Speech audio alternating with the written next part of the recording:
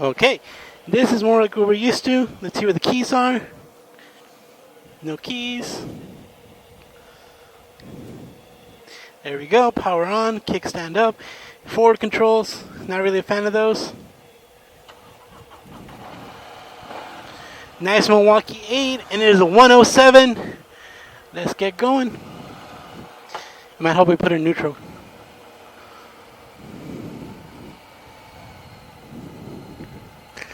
Wow, this is a big boy.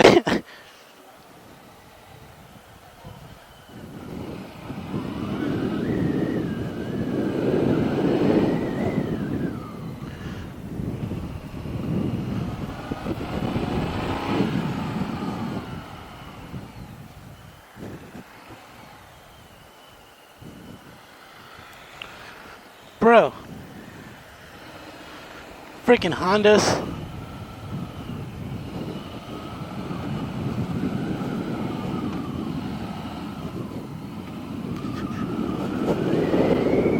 Alright, first impressions, this thing is corked. It definitely needs a new intake, exhaust, and probably a power commander. It feels worse than my 88-inch Dyna.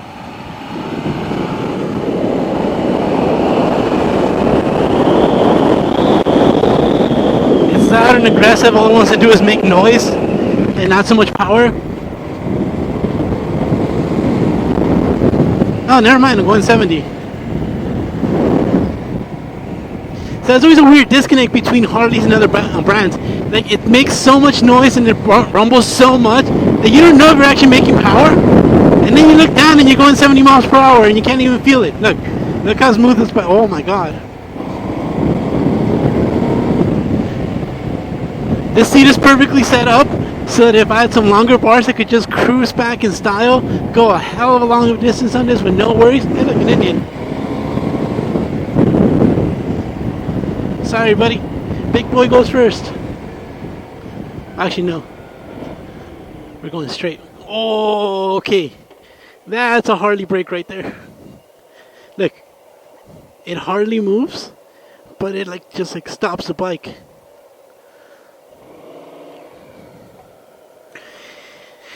Like you squeeze, and every Harley I've ever been on, because I haven't been on a lot of performance Harleys, anytime you want to come to a stop, you just squeeze the front lever as hard as you can, and you pray and hope, and you hope that something happens and the bike stops.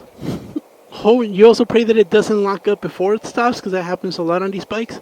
The rear brake and the front are so stiff and unintuitive. So I'm squeezing and I don't know what's actually happening. Look. I'm using the brake right there. It didn't do much. I actually stopped more from not twisting the throttle than from actually hitting the brake. So, being that this is a Harley, I am pretty sure it does not have ABS, rider mounts, traction control, lean sensitive IMU, or any sort of that fancy doodad. It might have ABS just because of Euro 5, and that's the new regulations that most bikes have to conform to. But other than that, I'm pretty sure this is just a big old honking V-twin cruiser. Riding a brand new Harley Davidson, it's like if you rode like a 1970s Camaro with fuel injection. Oh well, almost hit that girl. It's still the exact same bike that it was 30, 40 years ago with slight improvements to the chassis, engine, and controls. But really the biggest change from 40 years ago to now is that the engines have gotten a lot bigger and a little bit more sophisticated, and fuel injection, because these Harleys were a pain back when they were carbureted, and I know that because I owned one and it left me stranded a couple times.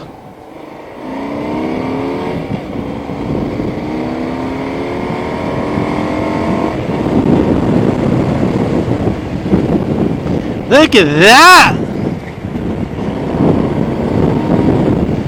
This big boy's can scoot!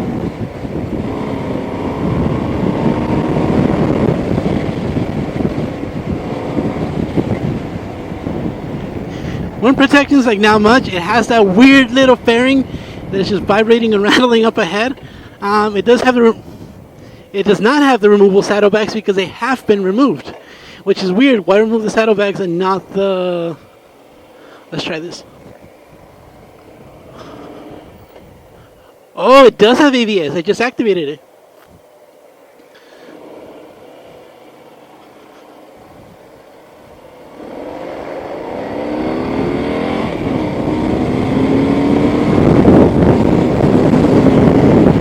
And that, ladies and gentlemen, is the difference between a 114 and a 107. Not much, but you can still tell that he was pulling away from me pretty quickly.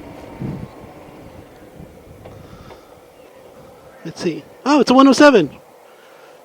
107, 107. Hell of a lot more weight on that bike. But I think this thing has been detuned. It's not that fast. I have activated the ABS like 2 to 3 times already. I can't see the ABS ring, but I can tell it has ABS because I would have already locked it up a couple times. Let's see. You toggle with this. Reserve. Time. RPM. Miles. Trip A, Trip B. Reserve. Let's see. Let's stay on RPM. This feels a lot like my lowrider felt when it was new to me. Ah, crap. I gotta pull over.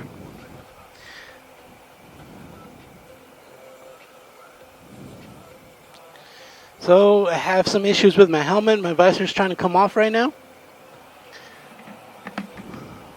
Oh, let's see what to fix it. That's good.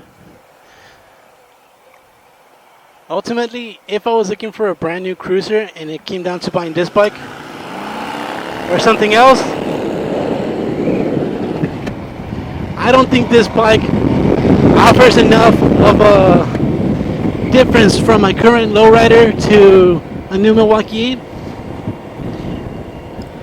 One of the things I like about the Milwaukee 8 is that the clutch is always so good. Like when you're not giving the bike the beans, when you're not giving the throttle, the clutch still lets the bike roll pretty efficiently. Come on, Tesla. But I can tell you guys right now that this is not it. This is not doing that. Like this clutch feels worn out. Pan America bros. This clutch, they left after me, so they caught up. So these guys are going fast. So the clutch feels worn out. The engine feels corked. The chassis is really good. I'll give them that. The chassis is super flickable for what it is, a big cruiser. But I honestly feel like this bike would have been better with a 114 or a 117 or something a little bit bigger.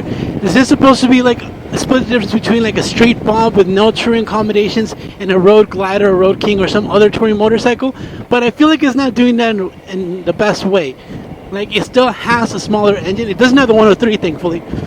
But it's not really all that set up for long distance. Like, right now, my leg is battling the air filter. I can already feel a bruise coming on my knee from having to grab onto the air filter, which I don't like on Harleys. I prefer being able to grab onto the tank. It could be that this thing has more forward mids than forwards and more mid than forwards. Does that make sense? I don't really feel like this has like the crazy forward controls that like I'm used to seeing on some Harleys, and it doesn't have the mids that I'm used to on my Dyna. But if I were to buy this bike, I put some nice mids, race up the front like I always do, probably get rid of this fairing and put like a Memphis shade or something a little bit cooler, a little bit more usable. The only reason why I would buy this bike is because of those Sportglide bags, which are so cool and look so usable. I think you can fit a full helmet in there, which is what I want to be able to do because I have like 3 or 4 helmets and I have nowhere to put them. Actually, I have 6 different helmets. My wife and I counted the other day. So yeah, Baker. Oh, we're coming close to the end. But look at that. That's a great turn lean angle for a Harley. Brakes are still eh. Throttle response is still eh. You know what? I might be spoiled because the last Harley I rode that wasn't mine was a Sportster S. I'm hoping to hop on the Pan America today. And the Live Wire. The Live Wire is a lead ride, which I'm not a fan of.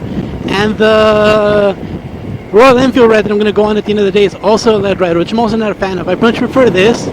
Even though I kind of am riding information with other Harley riders, I much prefer being able to ride the way I want to ride, not the way other people expect me to ride. Speaking of which, I'm going to come to the front of the line because I am not going to wait in line on a Harley Davidson. These things are hot. Oh, speaking of which, it's hot, but nowhere near as hot as my bike. So it's a lot more livable. And then, like, I've only been on the bike for like 5-10 minutes, but 5-10 minutes on my bike and I'll be roasting the shit out of my pants and my leg. My leg is always cooked to a nice medium well, medium rare. Look at that. Looks so badass.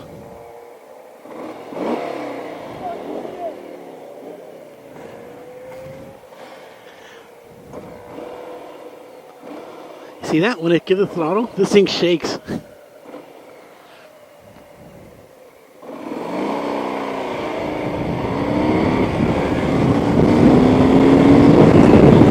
Yeah, no way in hell I was going to keep up with him. But that's not bad. 70 miles in a couple of seconds. That's more than livable. Like I said, out of all the manufacturers I'm going to ride today, Harley Davidson feels the least ready to go out the box. If that makes any sense.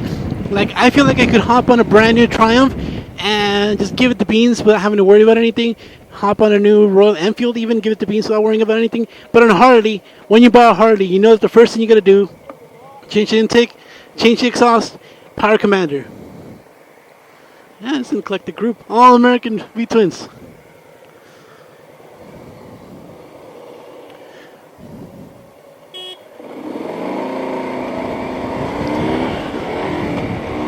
Damn, false neutral.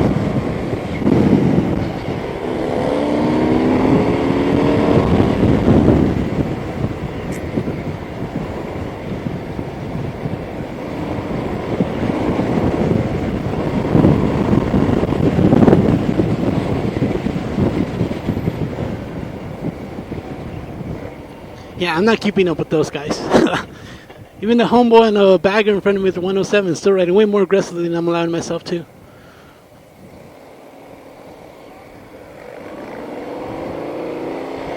Okay. Not as flickable. I'll say that right now. Not as flickable as the Scrambler. Not as flickable as the Pan America. I actually feel like these turns are a little too much for this poor little bike.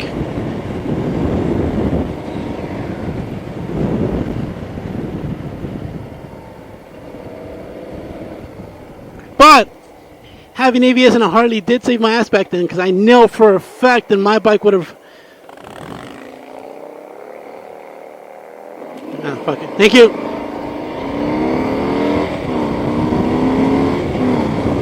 I said thank you like he could hear me. Huh.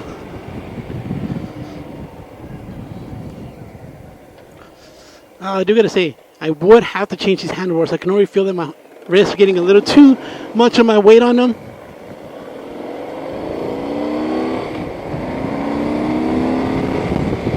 Oh my god, this feels like a tractor.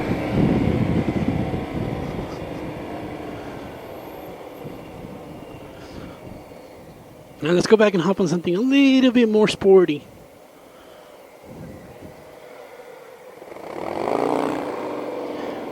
Oh, that twin exhaust sounds so much nicer than this exhaust.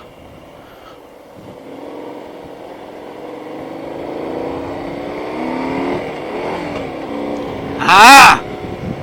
Freaking false neutrals on forward control. No, actually, not even false neutrals. Freaking neutral on forward controls.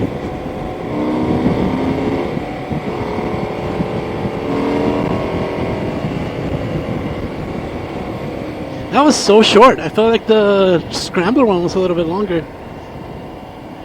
I may have taken a different route.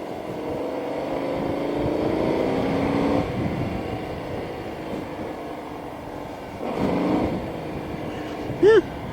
It does feel sufficiently sporty enough. It feels like I could pull up and possibly do a wheelie on this. I don't know. Out of all the brand new Harley Davidsons I've ridden, this feels like the worst one. Like, I don't know, a lot of the new Milwaukee Ace just feels so powerful and so smooth in comparison to my twin cam or even Evos that I've ridden before, but this just feels... This feels like the 883 of the group. Like it's trying hard, but not really doing what it wants to do. And that's extremely disappointing for me.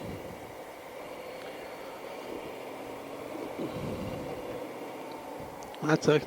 So before I leave this bike, there is a rumor that next year or a year from now, Harley Davidson will be doing an FXRT style update on this bike, which means it'll have like different saddlebags and a more FXRT inspired removable fairing.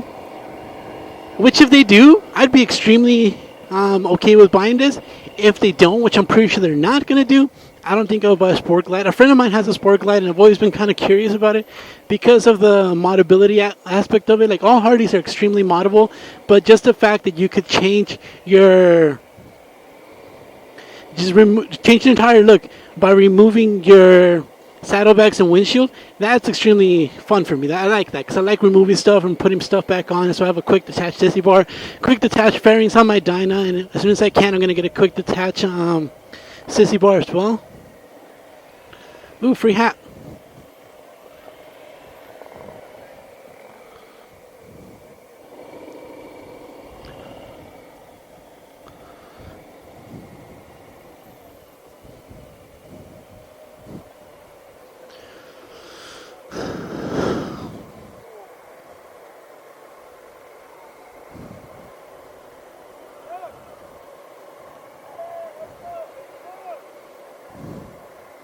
Gotta get my Harley card. Honestly, this was the most disappointing ride I've been on today, which is only the second ride. So I have plenty of time to get disappointed by Royal Enfield. And I have another live wire coming, which I know is going to be a lot of fun, because that bike was fun the first time. Let's hop on a Pan America right now, and we'll see what we get into after that. I do want to try to get one of the metric bikes, like one of the Japanese bikes, but sorry. Oh, that's hot.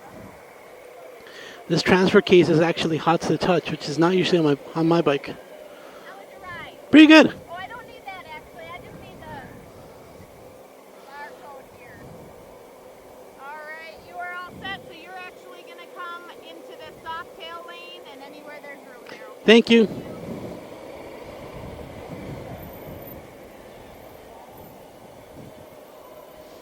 What is that? Street bump? Oh, I do like this. Kicks. Oh my god, I almost lost my hat. Actually, yeah, 2-in-1 exhaust, really corked engine. It needs rear suspension. It needs an intake. It needs an exhaust. It needs higher bars. It needs a power commander. But other than that, it's a pretty good Harley. And that's about as much as I can say about that. Deuces.